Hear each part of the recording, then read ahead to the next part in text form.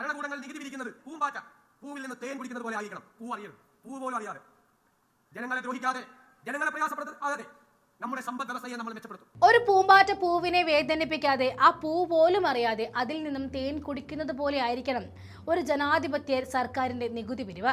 ജനങ്ങളെ ദ്രോഹിക്കാതെയും ബുദ്ധിമുട്ടിക്കാതെയും സംസ്ഥാനത്തിന് ആവശ്യമായ വരുമാനം കണ്ടെത്തുക എന്ന മനോഹരമായ ഈ വികസന കാഴ്ചപ്പാടാണ് മുഖ്യമന്ത്രി വി.ഡി. സതീശൻ കഴിഞ്ഞ ദിവസം പറവൂരിൽ നാട്ടുകാർ നൽകിയ സ്വീകരണ ചടങ്ങിൽ വെച്ച് പങ്കുവച്ചത്. കേൾക്കാൻ ഏറെ സുഖമുള്ള ഒന്ന് മാത്രമല്ല ഈ വാക്കുകൾ, മറിച്ച് ഭരണാധികാരികൾ ജനങ്ങളോട് കാണിക്കേണ്ട കരുണയും കരുതലും ആ പ്രഖ്യാപനത്തിൽ ഉണ്ടായിരുന്നു. വികസനത്തിന്റെ വലിയ സ്വപ്നങ്ങൾ നെയ്തുകൂട്ടുമ്പോഴും സാധാരണക്കാരന്റെ പോക്കറ്റ് ചോരാതെ നോക്കുമെന്ന ഈ ഉറപ്പ് കേരള രാഷ്ട്രീയത്തിലും ഭരണരംഗത്തും പുതിയൊരു ചർച്ചയ്ക്കും വഴി തുറന്നിരിക്കുകയാണ്. വൻകിട പദ്ധതികൾക്കായിട്ട് വലിയ തുക ആവശ്യമായി വരുന്ന ഈ കാലഘട്ടത്തിൽ ജനങ്ങൾക്ക് മേൽ അമിത നികുതി ഭാരം അടിച്ചേൽപ്പിക്കാതെ എങ്ങനെ മുന്നോട്ട് പോകാൻ കഴിയും എന്ന ചോദ്യം സ്വാഭാവികമായിട്ടും ഉയർന്നു കേൾക്കുന്നുണ്ട്. എന്നാൽ ജനങ്ങളെ ദ്രോഹിക്കാത്ത ഒരു സമതുല്യമായിട്ടുള്ള സാമ്പത്തിക നയം വികസിപ്പിച്ചെടുക്കാനാണ് തന്റെ സർക്കാർ ശ്രമിക്കുന്നത് എന്ന് മുഖ്യമന്ത്രി വ്യക്തമാക്കുന്നു. കേരളത്തെ വെറും ഒരു തീരദേശ സംസ്ഥാനമായിട്ട് മാത്രമല്ല ലോകം ശ്രദ്ധിക്കുന്ന ഒരു വലിയ തുറമുഖ നഗരമാക്കി മാറ്റുക എന്നതാണ് പുതിയ സർക്കാരിന്റെ ഏറ്റവും പ്രധാനപ്പെട്ട ലക്ഷ്യം. തുറമുഖ വികസനത്തിലൂടെ ലക്ഷക്കണക്കിന് തൊഴിലവസരങ്ങൾ സൃഷ്ടിക്കാനും സംസ്ഥാനത്തിന്റെ സാമ്പത്തിക അടിത്തറ ശക്തമാക്കുവാനും സാധിക്കും എന്നാണ് സർക്കാരിന്റെ കണക്കുകൂട്ടൽ. നിലവിൽ 4 അന്താരാഷ്ട്ര വിമാനത്താവളങ്ങളുള്ള നമ്മുടെ നാടിനെ ഇന്ത്യയിൽ തന്നെ ഏറ്റവും കൂടുതൽ വ്യോമയാന പ്രൊജക്ടുകൾക്കുള്ള സംസ്ഥാനമാക്കി മാറ്റുമെന്നും മുഖ്യമന്ത്രിയുടെ ഉറപ്പിലുണ്ട്. ആധുനിക ലോകത്തിന് മുന്നിൽ കേരളത്തെ ഏറ്റവും മികച്ച രീതിയിൽ അവതരിപ്പിക്കാൻ തക്കവണ്ണമുള്ള വലിയ പദ്ധതികളാണ് ഇപ്പോൾ അണിയറയിൽ ഒരുങ്ങുന്നത്.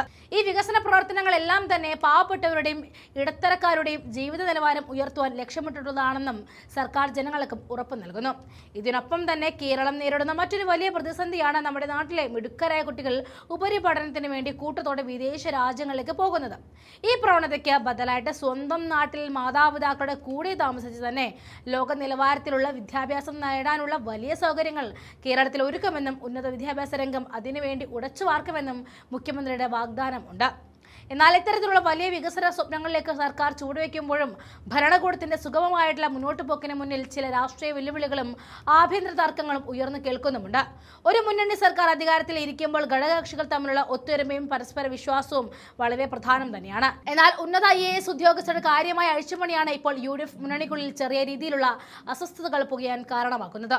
വിവിധ വകുപ്പ് സെക്രട്ടറിമാരെയും പല ജില്ലകളിലെ കളക്ടർമാരെയും മാറ്റിയതുമായി ബന്ധപ്പെട്ട ഭരണ മുന്നണിയിലെ പ്രമുഖ ഘടകകക്ഷികൾക്കുള്ളിൽ തന്നെ ശക്തമായ ഭിന്നതയും പരസ്യമായി കഴിഞ്ഞു. റവന്യൂ മന്ത്രി AP അനിൽകുമാറും വ്യവസായ മന്ത്രി PK കുഞ്ഞാലിക്കുട്ടിയും തങ്ങളുടെ വകുപ്പുകളിലെ സുപ്രധാന മാറ്റങ്ങളെക്കുറിച്ച് മുൻകൂട്ടി കൂടിയാലോചനകൾ നടത്തേണ്ടതില്ല എന്ന കാര്യത്തിൽ കടുത്ത അതൃപ്തിയിലാണ്. പ്രത്യേകിച്ച് കണ്ണൂർ കളക്ടറായിരുന്ന അരുൺ K. വിജയനെ വ്യവസായ വകുപ്പ് ഡയറക്ടറായിട്ട് നിയമിച്ചതിൽ വ്യവസായ മന്ത്രിക്ക് വിയോജിപ്പുണ്ടായിരുന്നു. ഈ സ്ഥലമാറ്റങ്ങൾ താൽക്കാലികമായിട്ട് മരവിപ്പിക്കാമെന്ന ആവശ്യം ഉയർന്നു വന്നുവെങ്കിലും ഉദ്യോഗസ്ഥരോട് അടിയന്തരമായിട്ട് ചുമതലയേൽക്കാൻ നിർദ്ദേശിച്ചുകൊണ്ട് മുഖ്യമന്ത്രി തന്റെ തീരുമാനത്തിൽ ഉറച്ചു നിൽക്കുകയാണ് ചെയ്തത്. ഭരണപരമായിട്ടുള്ള കാര്യങ്ങളിൽ ഇത്തരം ദൃഢത കാണിക്കുമ്പോഴും മുന്നണിയിലെ ഘടകകക്ഷികളെ ഒരുമിച്ച് നിർത്തിക്കൊണ്ട് പോകുക എന്നത് മുഖ്യമന്ത്രിക്ക് വരും ദിവസങ്ങളിൽ വലിയ പരീക്ഷണം തന്നെയായിരിക്കും. ഈ പശ്ചാത്തലത്തിലാണ് വരാനിരിക്കുന്ന ബക്രീദ് അവധി പ്രമാണിച്ച് സാധാരണ ദിവസങ്ങളിൽ നിന്നും മാറി തിങ്കളാഴ്ച രാവിലെ തന്നെ അടിയന്തര മന്ത്രിസഭാ യോഗം ചേരാൻ തീരുമാനിക്കുന്നത്. കേവലം ഉദ്യോഗസ്ഥ പുനഃസംഘടനയിൽ തർക്കങ്ങൾ പരിഹരിക്കുക മാത്രമല്ല ഈ യോഗത്തിന്റെ പ്രധാന ലക്ഷ്യം. വരാനിരിക്കുന്ന നിയമസഭാ സമ്മേളനത്തിന് മുന്നോടിയായുള്ള ഗവർണറുടെ നയപ്രഖ്യാപന പ്രസംഗത്തിന്റെ കരട് രേഖയ്ക്ക് അന്തിമ അംഗീകാരം നൽകുക എന്നത് മന്ത്രിസഭാ യോഗത്തിന്റെ അത്യന്തം പ്രധാനപ്പെട്ട അജണ്ടയാണ്. മെയ് 29-നാണ് നിയമസഭയിൽ ഗവർണറുടെ നയപ്രഖ്യാപനം നിശ്ചയിച്ചിരിക്കുന്നത്. സർക്കാരിന്റെ വരാനിരിക്കുന്ന ഒരു വർഷത്തെ വികസന മുൻഗണനകളും രാഷ്ട്രീയ നിലപാടുകളും വ്യക്തമാക്കുന്ന ഒന്നാണ് ഈ പ്രസംഗം എന്നതുകൊണ്ട് തന്നെ മന്ത്രിസഭയുടെ അംഗീകാരം ഇതിൽ നിർണായകമാണ്. അതോടൊപ്പം തന്നെ കേരളത്തിലെ പൊതുവിദ്യാഭ്യാസ രംഗത്ത് പ്രത്യേകിച്ച് മലബാർ മേഖലയിൽ വർഷങ്ങളായിട്ട് നിലനിൽക്കുന്ന +2 സീറ്റ് പ്രതിസന്ധിക്ക് ശാശ്വത പരിഹാരം കാണുക എന്നതും ഈ യോഗത്തിന് പരിഗണനയ്ക്ക് വരുന്നുണ്ട്. മലബാർ മേഖലയിലെ ഹയർ സെക്കൻഡറി ബാച്ചുകളുടെയും സീറ്റുകളുടെയും വർധനവ് സംബന്ധിച്ച് കൃത്യമായ തീരുമാനം ഉണ്ടാകുമെന്നാണ് വിദ്യാർത്ഥികളും രക്ഷിതാക്കളും പ്രതീക്ഷിക്കുന്നത്. ഇതിനെല്ലാം പുറമെ സാധാരണക്കാർ ഏറെ പ്രതീക്ഷയോടെ കാത്തിരിക്കുന്ന സർക്കാരിന്റെ ഏറ്റവും ജനപ്രിയമായ ഒരു പ്രഖ്യാപനത്തിലെ പ്രായോഗിക വശങ്ങളും ഈ യോഗത്തിൽ ചർച്ച ചെയ്യപ്പെടും. അടുത്ത മാസം പകുതിയോടെ, അതായത് ജൂൺ 15-ാം തീയതി മുതൽ സംസ്ഥാനത്ത് സ്ത്രീകൾക്കായിട്ട് KSRTC ബസ്സുകളിൽ സൗജന്യ യാത്ര അനുവദിക്കാൻ സർക്കാർ തീരുമാനിച്ചിട്ടുണ്ട്.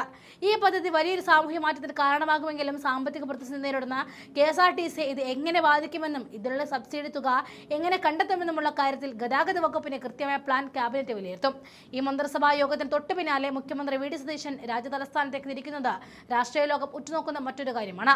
പ്രധാനമന്ത്രി നരേന്ദ്രമോദിയുമായിട്ട് ചൊവ്വാഴ്ച നടത്തുന്ന കൂടിക്കാഴ്ച കേവലം ഒരു മര്യാദ സന്ദർശനമാണെന്ന് സർക്കാർ വൃത്തങ്ങൾ വ്യക്തമാക്കുന്നുണ്ടെങ്കിലും കേരളത്തിന്റെ വികസനവുമായി ബന്ധപ്പെട്ട പല കേന്ദ്രങ്ങളിൽ പദ്ധതികളും ഇതിൽ ചർച്ചയാകും. പ്രത്യേകിച്ചും കേന്ദ്ര ഗവൺമെന്റിന്റെ മുൻഗണനാ പദ്ധതിയുമായ PM ശ്രീ സ്കൂൾ പദ്ധതിയെക്കുറിച്ചുള്ള ചർച്ചകൾക്ക് ഈ സന്ദർശനത്തിന് പ്രാധാന്യമേറും. PM ശ്രീ സ്കൂൾ പദ്ധതിയെ ചൊല്ലി സംസ്ഥാനത്ത് ഇപ്പോൾ വലിയൊരു രാഷ്ട്രീയ സംവാദം തന്നെ ഉടലെടുത്തിട്ടുണ്ട്. മുൻപ് LDF സർക്കാരിന്റെ കാലത്ത് ഈ പദ്ധതി നടപ്പിലാക്കുന്നതിനായിട്ട് കേന്ദ്രവുമായി ഒപ്പുവെച്ച കരാർ റദ്ദാക്കുമെന്നായിരുന്നു UDF മുൻപ് പ്രഖ്യാപിച്ചിരുന്നത്. എന്നാൽ അധികാരം മാറിയതോടെ ഈ കേന്ദ്ര പദ്ധതിയുമായി മുന്നോട്ട് പോകാനുള്ള നീക്കത്തിലാണ് പുതിയ സർക്കാർ. കേന്ദ്രത്തിൽ നിന്നുള്ള വിദ്യാഭ്യാസ ഫണ്ടുകൾ സംസ്ഥാനത്തിന്റെ അവകാശമാണെന്നും അത് നഷ്ടപ്പെടുത്താനാകില്ല എന്നുമാണ് വിദ്യാഭ്യാസ മന്ത്രി N ഷംസുദ്ദീൻ വ്യക്തമാക്കിയത്. എന്നാൽ ദേശീയ വിദ്യാഭ്യാസ നയത്തിന്റെ ഭാഗമായി ഇത്തരം പദ്ധതികൾ നടപ്പിലാക്കുന്നതിൽ UDF തങ്ങളുടെ പഴയ നിലപാട് മാറ്റിയത് എന്തിനാണെന്ന ചോദ്യവുമായിട്ട് പ്രതിപക്ഷമായിട്ടുള്ള CPM ഇടതു നേതാക്കളായ ബിനോയ് വിശ്വത്തെ പോലുള്ളവരും രംഗത്തേക്ക് എത്തിക്കഴിഞ്ഞു. ഈ രാഷ്ട്രീയ വിവാദങ്ങൾക്കിടയിലും വികസന കാര്യങ്ങളിൽ തങ്ങൾക്ക് കൃത്യമായ കാഴ്ചപ്പാടുണ്ടെന്ന് ജനങ്ങളെ ബോധ്യപ്പെടുത്താനാണ് മുഖ്യമന്ത്രിയും സർക്കാരും ശ്രമിക്കുന്നത്. ചുരുക്കത്തിൽ പൂവിനെ വേദനിപ്പിക്കാതെ തേൻ കുടിക്കുന്ന പൂമ്പാറ്റയെ പോലെ ജനങ്ങളെ ബുദ്ധിമുട്ടിക്കാതെ ഭരണം മുന്നോട്ട് കൊണ്ടുപോകുമെന്ന മുഖ്യമന്ത്രിയുടെ പ്രഖ്യാപനം പ്രാവർത്തികമാക്കുക എന്നത് അത്ര എളുപ്പമുള്ള കാര്യമല്ല. മുന്നണിക്കുള്ളിലെ ആഭ്യന്തര തർക്കങ്ങൾ പരിഹരിച്ച് മുന്നോട്ട് പോകേണ്ട രാഷ്ട്രീയ ഉത്തരവാദിത്വവും കേന്ദ്രവുമായി നല്ല രീതിയിലുള്ള ബന്ധം പുലർത്തിക്കൊണ്ട് സംസ്ഥാനത്തിന്റെ വികസന പദ്ധതികൾ നേടിയെടുക്കേണ്ട ഭരണപരമായ ബാധ്യതയും ഒരേ സമയം സർക്കാരിന് മുന്നിലുണ്ട്. വരും ദിവസങ്ങളിൽ നടക്കാനിരിക്കുന്ന ക്യാബിനറ്റ് യോഗവും ഡൽഹി സന്ദർശനവും നിയമസഭാ സമ്മേളനവും എല്ലാം ഈ പുതിയ UDF സർക്കാരിന്റെ ഭാവി ദിശ നിർണ്ണയിക്കുന്നതിൽ ഏറ്റവും പ്രധാനപ്പെട്ട നാഴികക്കല്ലായി മാറും എന്നതിൽ യാതൊരു സംശയവുമില്ല.